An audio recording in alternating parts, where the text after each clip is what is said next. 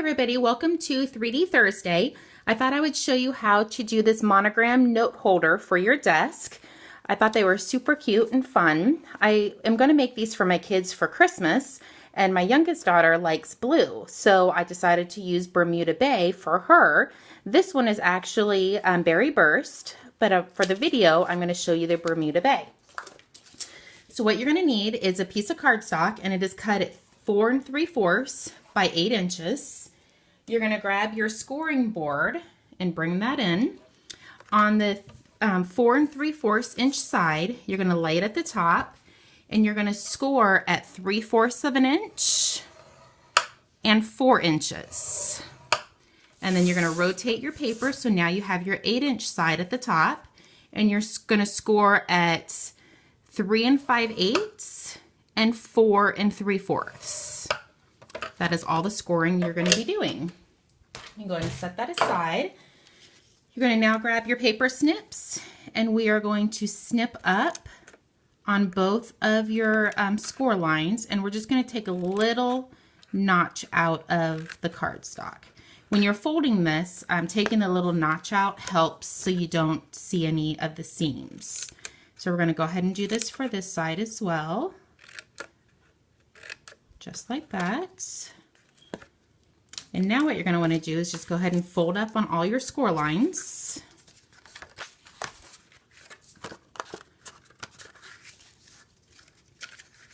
Just like that. Then you're going to want to grab some tear and tape or fast fuse. You want a pretty sturdy adhesive when you're doing 3D items. So I always try to use tear and tape or fast fuse. You're going to put 2 strips, one on each side, and then I'm just going to put a little bit of tear and tape on the little tabs. And this is just going to help so the tabs don't come loose and your paper doesn't sit right. Your note cards don't sit right when you put them inside. So what you're going to want to do is take the tear and tape backing off, and you're just going to flip this around so it lines up right at the bottom. And now you're going to take the tear and tape off this side, and you're going to lay this. My tear and tape was a little long, so just roll that over. So now you're just going to take that and line it up just like that. And we're going to do the same thing to the other side. So you're going to fold this over and take the tear and tape off of here. If your tear and tape is a little long, just roll it over. And then you're going to flip this on the inside.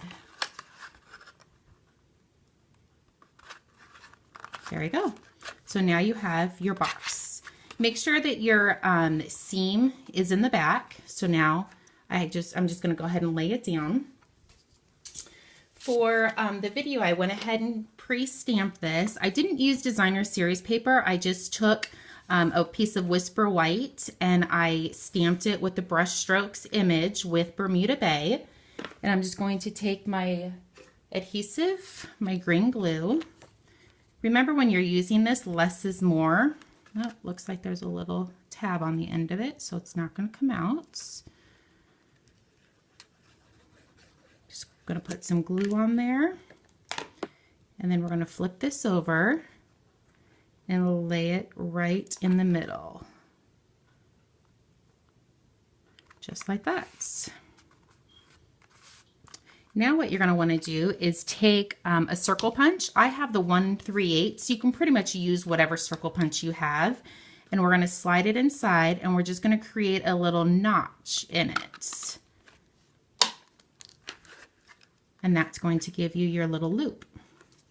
Okay, so now what we're going to do is we're going to take some Bermuda Bay ribbon, and we're going to put a mini glue dot on the back of it, and we're going to lay this right in the middle. I'm going to wrap it around, and I'm going to go ahead and cut this off.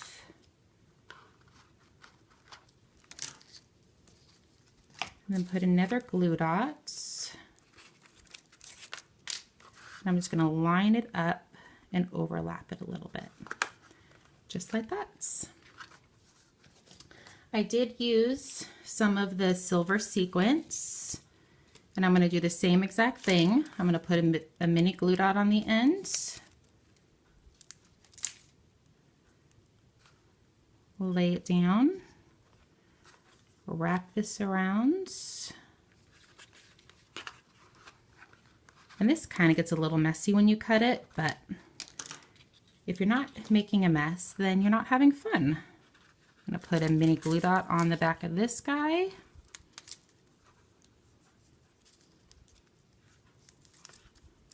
Oops, I don't think I picked it up.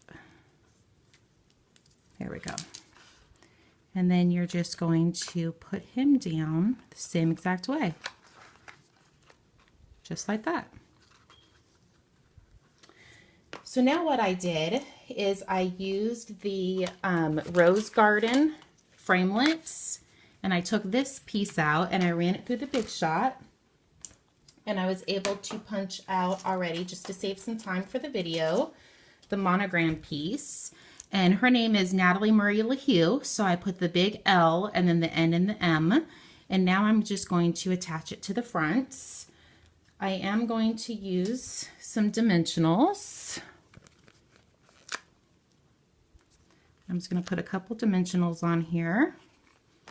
And I didn't bring my sponge over, so I am going to just run this over like this and sponge the edges.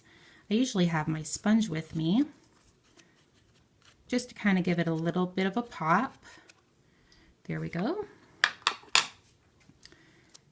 I'm going to go ahead and take the sticky off the back, and I'm just going to lay it down for a second because I wanted to grab a little bit more of the ribbon, and I just cut a piece off, and I'm going to just kind of put it in the middle and put a glue dot on the back of it, and this is just going to be like a little fringe hanging down.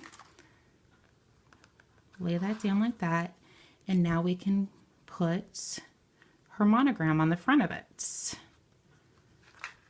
Just like that. Isn't that super cute? So I'm going to bring in the original one. So this one is for my desk, and all I did is I just took computer printer paper and I cut it 3 inches by 4 inches, and I stamped the monogram up at the top as well. And the monogram that I used, the stamp said it is called Brushwork Alphabets. So I'm just going to grab a piece of the paper and my ink. I'm going to ink this up, and I'm just going to lay this at the top. So now you have your monogram, and that's just going to slide right inside. Okay, I hope you enjoyed this video. I'm going to bring both of them back in just so you can see what both of them look like in different paper. Hope you've enjoyed it. Thanks. Have a good day. Bye-bye.